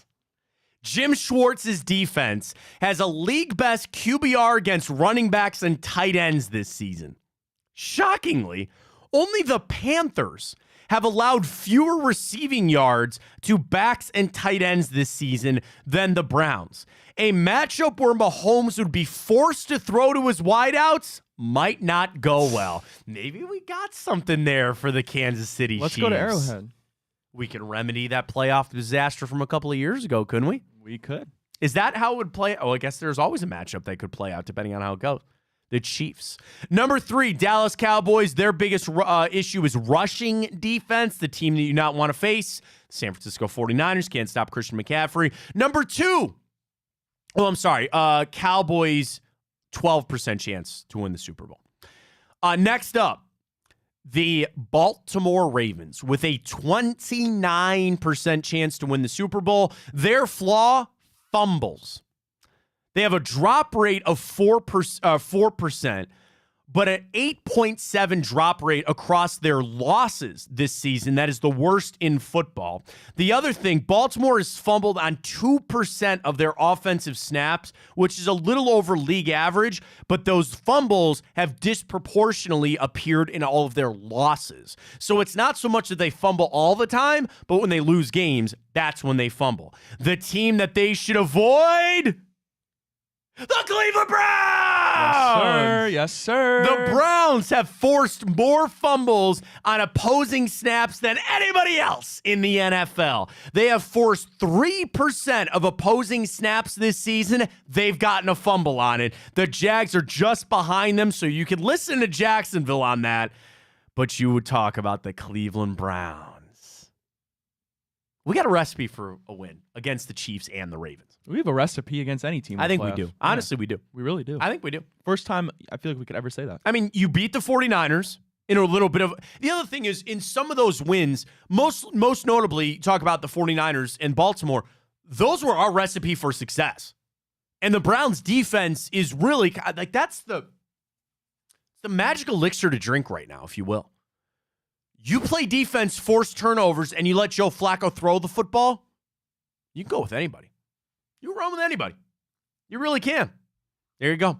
Number 1, San Francisco, 35% chance to win the Super Bowl. Their biggest flaw, interceptions. Brock Purdy, strictly been a problem in the losses. So he had 12 wins this season. He threw 324 pass attempts. In his 12 wins, he threw 2 interceptions. That is a .06 interception rate in his wins. In his losses, 1.5%. In his losses on 120 passes. Wait. No, I'm sorry. I'm messing up here. I'm sorry. In Purdy's 4 losses, he threw 9 picks in 120 pass attempts. That's a rate of 7.5. Oof. So 7.5% interception rate for Brock Purdy in losses, 0.6% in his wins. The team the 49ers should try to avoid, the Baltimore Ravens. Baltimore's been the NFL's best starting team when it comes to getting those interceptions, as we know, and they have a lot of guys that can get that done. Pretty interesting article there from Bill Barnwell to avoid. So there's two teams that don't want to see the Cleveland Browns, in his opinion, the Chiefs and the Ravens. I think every team don't. Well, want I mean, to see sure, it. every team, but especially even more to a point of some of the things. There you go. So Ricky Rubio done with the Cavs. Coming down this morning. Nick tweets the show. Just play devil's advocate for a second. I think Porter's giving the Cavs everything Ricky could have outside of another veteran presence in the locker room. I agree, though. I hope everything works out for Ricky and he does whatever he needs to feel better. I agree with you, Nick. I mean, yeah, you found a guy in like Sam Merrill and Craig Porter Jr. I don't know. I guess I just would feel a little better with it being Ricky Rubio, but also, you know, if he doesn't have anything left and his body really just isn't in it, then it's time to go. You know, and that's fine. And like I said, I'm all good with that. I am all good with that for the best on him. So it certainly loosens some things up with the Cavs and helps them out with some things. Really wishing Ricky Rubio the best. All right, when we come back, we'll dive into Time Hop. We're back into movies and TV shows for you today. Really all three TV shows in a way. So we'll run through that. I've got national championships this day in history, a couple things with the Browns. We'll get to all that. We'll jump at a timeout. We'll do it next. Fontana Show right here on Big Play. We'll take you up till 11 o'clock as always. Follow us on Twitter, Instagram, and YouTube at Matt Fontana Show. Time Hop comes your way next.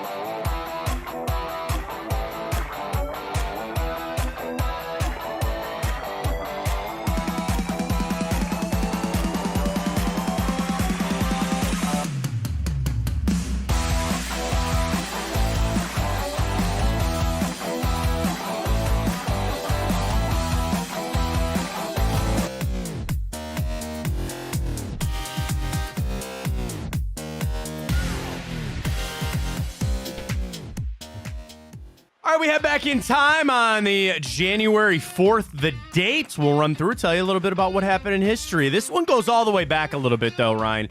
10 years ago today, Chip Kelly interviewed with the Cleveland Browns. Wow. I cannot tell you how crazy of that offseason was, where Chip Kelly came in. It was, of course, after, everything he did with the Eagles. And there was reports that he was going to take this job, right? And, he went to the Eagles. So he interviewed. So this was after he was at Oregon. Yeah. Won the national champion, right? Did he go to the national championship? He went to a national championship. They didn't win it. But was he not coaching Oregon when they lost to Ohio State? yeah, they were. Yeah, right. Oh no, 2011 when they lost to Auburn. Oh, okay. And that was Cam Newton. But he led them to 4 straight BCS bowl game appearances. And he was the hot name for the NFL, whatever. He interviewed with the Browns. And there were reports that he was going to take the job. And then he didn't. And then the thing I'll remember about that offseason was every single person that the Browns seemed to call didn't call them back. And it was the year after they fired Rob Chudzinski after it was that it was Chud. He only got the 1 year, right? Yeah, that's exactly what it was. And the Browns had this stink on them that you fired a guy after just 1 season, right? And am I misremembering all this? Wait a minute. These dates get all screwed in. 2013, Chip Kelly interviewed with the Browns. He was supposedly going to take the job. Then he didn't. And you know what? Then they hired Rob Chudzinski. That's what happened. They hired Chud on January 10th. So a week later, they went with Rob Chudzinski. And then it was after that season that everybody else told them no, and they had to go get Mike Pettin. That's what it was. But the Chip Kelly saga here, he's like Josh McDaniels. He always kept coming back up with the Browns. But he interviewed with the team this day, 2013. Speaking of going back on a deal, this day, 2000, a day after accepting the Jets head coaching job, Bill Belichick resigned, and a week later, he would take the Patriots job. What could have Probably been. a good idea on the. Oh no, not what could have been, Ryan. He'd have been out of that job in 3 years. Tom Brady was not there, man. Well, you're right. I guess what could have been of not being Bill Belichick, but he went back on that, went back to the Patriots. This day, 1999, the Euro debuted. 11 nations adopted a single currency known as the Euro. Today, 19 different countries use the Euro. I've been to Europe twice. I went to Italy and Ireland on separate trips. And what you have to do is, if you're going on a trip, you can call your local bank and say, I'm going to come in and get, 1,000 euros or 500 euros. And you could come in, you just have to call to make sure that they can get it to the bank in time. So that's what we did. Each time we called them and said, hey, we want $500 worth of euros to go. And then you just come in and you do your exchange there. How many years out do you think we are from paper money just becoming obsolete? See, it would probably be cheaper for everybody, like the U.S. Mint, and I'm sure they don't want to see that. But do you know that there's a world that you can make money off of just trading euros and dollars back? Because the exchange rate always changes. So, and I would imagine, I'm going to screw this all up, but it would be like, you buy the euro low, and then you like sell. Stock. Yeah, it's exactly like a stock. You sell and you buy it when it's high and it's low, going back and forth on just trading dollars to euros. Dude, the Bitcoin era, we're still in the era of it. Don't get me wrong. Yes, like NFTs are gone, but like the cryptocurrency. But there was the time that 2 years ago, 3 years ago, kind of when crypto hit that launch before it really fell off. My portfolio, day and night, right? I'm not kidding you. In 3 hours, my portfolio went from 9,500 to 5,400 in 3 hours. Yeah, that's the danger of playing the stock game. And I have friends that day trade. They have regular jobs and they're kind of in the financial world. And I know that you can sit down and now on an app or on a computer and you can just day trade all day. That's not a world that I know of, so I'd just be wasting my money. This is weird. I know a kid who made 40 grand off Dogecoin. Yeah, that kind of stuff, like the Bitcoin nuts. stuff. The thing that I get is the stories of people that go, I threw away a hard drive with $50 million worth of Bitcoin on it. I don't, and I'm putting this on you, but do you know a lot about it? A little bit about it? Okay, so can I This will be fun. I'm going to explain to you what I think Bitcoin is, and you tell me how right or wrong I am. Okay? So, Bitcoin, when you hear somebody that mines Bitcoin, that means that they have to go track the history of this transaction, right? So I don't know a ton about mining, but I know the people that do it. I mean, it's like their full-time job. Like they have a whole computer lab set up. Right. I'm sure they use AI as well to help them out. But yeah, they literally it's just so much mix of coding and tracking data. I mean, it's really something that you really have to know to do. Bitcoin when you do it, right? And then in a world that people, you're right. If I laid $5 down, it's a piece of paper, but it's supposed to be backed by gold, and it's supposed to mean something. Right. Everybody lives in a digital currency. Like I have money on my phone, right? That is in my bank account, and I pay my electric bill, and I pay my credit card bill. I never actually see that physical money. These are all just digital transactions. So that's when people jumped on this, well, we'll just create our own currency. And am I wrong? Like Elon kind of pushed a lot of this too, because he was like, I'll take Bitcoin for, cars and stuff like that. He was a big one, and the other two were the Winklevoss twins. Oh, yeah, they're really from Facebook. From Facebook. They're really on their they're big Bitcoin guys. How I know that it's not there yet, you still equate Bitcoin to dollars. You still need people to say that how much is one Bitcoin worth right now? I don't know what it was, but during the height, it was at like $70,000. And then it's probably like 40 now. I don't know what it's at, but one Bitcoin is worth $43,000. Yeah, so I was close this morning. So outside of Bitcoin, another really popular one, which this was one I was mainly into, was Ethereum. I bought in when it was about a couple $100. But I know people that a guy that bought some when it was like $7, and then at that height, I think it got to like $4,500. So I was making some good money off that. But it's just so fluid. It's so high low. It is super tough, and you got to be super responsible with it. So this was a running bit on my old show that I had somebody on Twitter send me a crypto called Minoki. I'm not kidding. It was called Minoki, and I looked it up. That you could buy one share of Minoki was 0.00000000000, like all these zeros, 71 of 1 penny. Like 1 penny could have bought me 70 some odd thousand shares of Minoki. Yes, yeah, because it seems, I'm gonna call it for what it is. It seems like a pyramid scheme. Buy this thing, and then when everybody else gets into it, then we're gonna inflate it, and then you sell it. It's a giant. It is a giant bubble, is what it is at the end of the day. And I said this as a novice, I'm a millennial. I live in the 21st century. I get all of it. But when people in the stocks, remember when everybody freaked out about GameStop? Yeah. And people made all this money.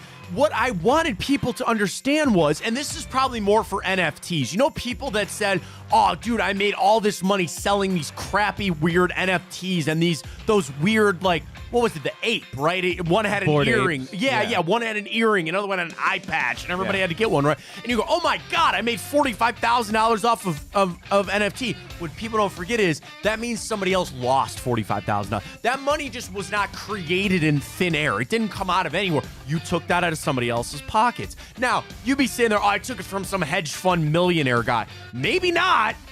Maybe not. There are people that lost their ass on that, and that's the danger of getting into and that kind of stuff. Yeah, that was the whole. They're coming out with a movie about that GameStop thing, which I'm sure because there was a whole debate. I forget what app it was. It's green. I forget what app it is, but the CEO. He was under fire because he shut down that GameStop stuff. I'm assuming because he got a bunch of pressure from these big hedge fund guys that were borrowing these stocks, and then people buying GameStop made them lose a shit ton of money. Yeah, I believe it. He basically shut down the trading system, and people were he got so many lawsuits. Well, because then they say that's insider trading because that's you exactly knew that this is what it was, yeah. and you're going to pull the plug on it. This sounds really weird. And again, I'm very thankful to say that my wife and I are in a sound financial state. We have a financial planner, and we do okay and all that kind of stuff. And really, a lot of it is taking care of the kids and putting money away for their school and trying to live as frugal as we can while being smart. I'd rather sports bet. Yeah. Seriously. And I'm not saying that the stock market is any safer or less safer than sports betting, But if I looked at it and I said, all right, I want to take, if I'm going to invest $5,000, I would literally look at it and say, let me do some sports betting with it then. Because at least at that point, implied odds are not always 50-50, but I think that's a little more up and up. I look at it this way. I think it's a little easier to do that. Because there are just some games that I can look at and I just know the spread and I go, yeah, and again, fluky things can happen. That's why betting is no for sure. And gamble responsibly. We need to say that again. 1-800-GAMBLER if you got a problem. But instead of like entering that stock market game and trading Bitcoin and signing NFTs, I'd rather, if I really needed to go make money, I'd rather lay some points down in a game that I feel really confident about. I know a lot of people that feel that way. Sure. I think that's a little safer in a way. Yeah. We're doing all right on Tipico. We're doing all right. That's what I'm saying. My wife and I had that conversation because she asked me that one time. She goes, would you ever get in that? And I go, well, first off, I would feel better just giving that money to a financial person and saying, take your cut and turn this into something. I will tell you this, as the generation that I am in, the millennial generation that I am in, I can't tell you how many get-rich-quick schemes are out there that are masked as other stuff. And in reality, it's, just start your own business or start doing this or start doing that. I mean, it's a tough thing to do. It's not an easy thing to do. But I feel like my generation just misses that sometimes.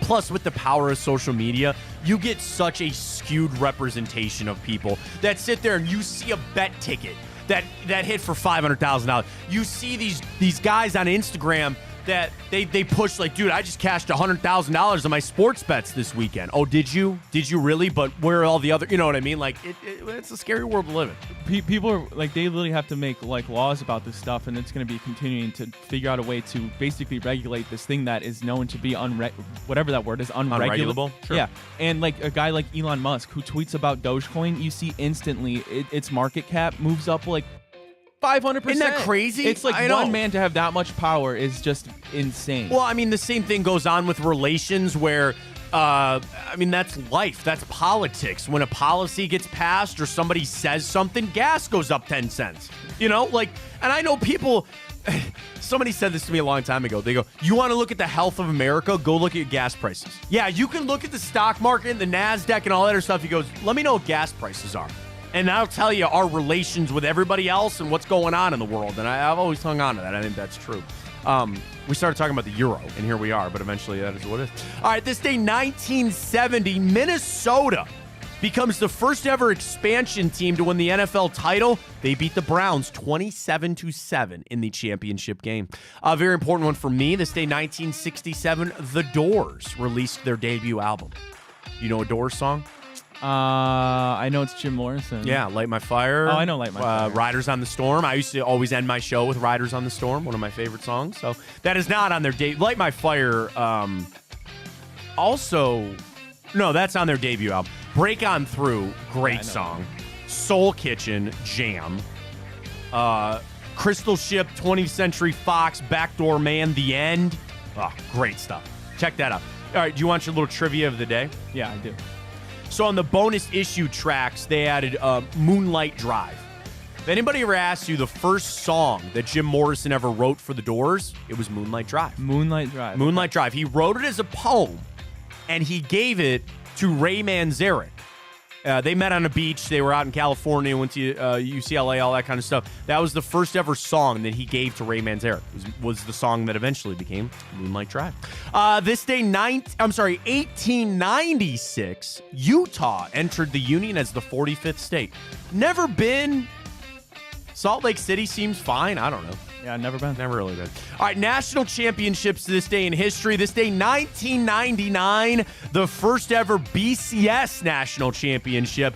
Tennessee beat Florida State 23-16. This day, 2004, LSU beat Oklahoma 21-14. This day, 2005, Reggie Bush, Matt Leinart, and the crew. Number one, USC beat Oklahoma 55-19. And they became the first team to go wire to wire as the number one undefeated national championship. Of course, that was later vacated. Somebody had a tweet about Caleb Williams. Did you see that? What was it? He's sitting in a penthouse that he lives in LA, going to USC, and they go, but Reggie Bush took $1,000 Yeah. and you can't give him his Heisman back. ridiculous. Like, what are we at? Come on now. And then this day, 2006, Vince Young, number 2 Texas, beats USC 41-38, and that ended the Trojans' 34-game winning streak. Very happy birthday goes out to former Cavalier Colin Sexton, former Browns punter and single bar man himself, Scott Frost, last guy in the NFL to wear the single bar as the punter. Derrick Henry, Ante Zizic, and Isaac Newton. Sir Isaac. All Died a celebrating virgin. birthdays today. All right, 3 television shows for you, all this day in history. We start this day, 2011. Oh, man, I can't. This is TV, you said? Yeah, they're all TV. I can't give it away without giving away the show. 2 guys with beards that have a striking resemblance to one another. Duck Dynasty? No, good guess, though. No, that's right. You're very close on that. Well, I guess the one guy has a beard. The other one usually does. They fixed up your house for you, and they're related. They fix up your house for you, and they're Property Brothers. I couldn't think of what I was gonna say. Twins or Yeah, brothers. yeah. Yeah, Property Brothers. Dude, they're everywhere now. They have their own network. They do all that kind of crap. The funniest thing, I don't even think it was that show. What's the other one with the Gaines people? Joanna and Chip Gaines. I don't know. Oh, you know that. They're the Magnolia Network. Not Love It or List It. Fixer Upper. Okay. My favorite thing on that was they would go to these people and they'd go, all right, we need to, you need to fix our house. And the meme was like, oh, I'm an out-of-work harmonica tuner and my wife is a dolphin trainer. Our budget is $875,000. You know, that kind of stuff. It's just, they live in a different world. But yes, Property Brothers, this day, 2011. All right, next up, this is a television show, but it's really only on the internet. It started this day, 2008. It features Alan from a different movie. Okay. Alan from a very good film trilogy. Yeah, I know where you're getting at. Okay. So then you probably should get it. It was a show that's only on the internet. Yeah. Do you get Alan Yeah, from... Zach Galifianakis. What show did he do? I don't know.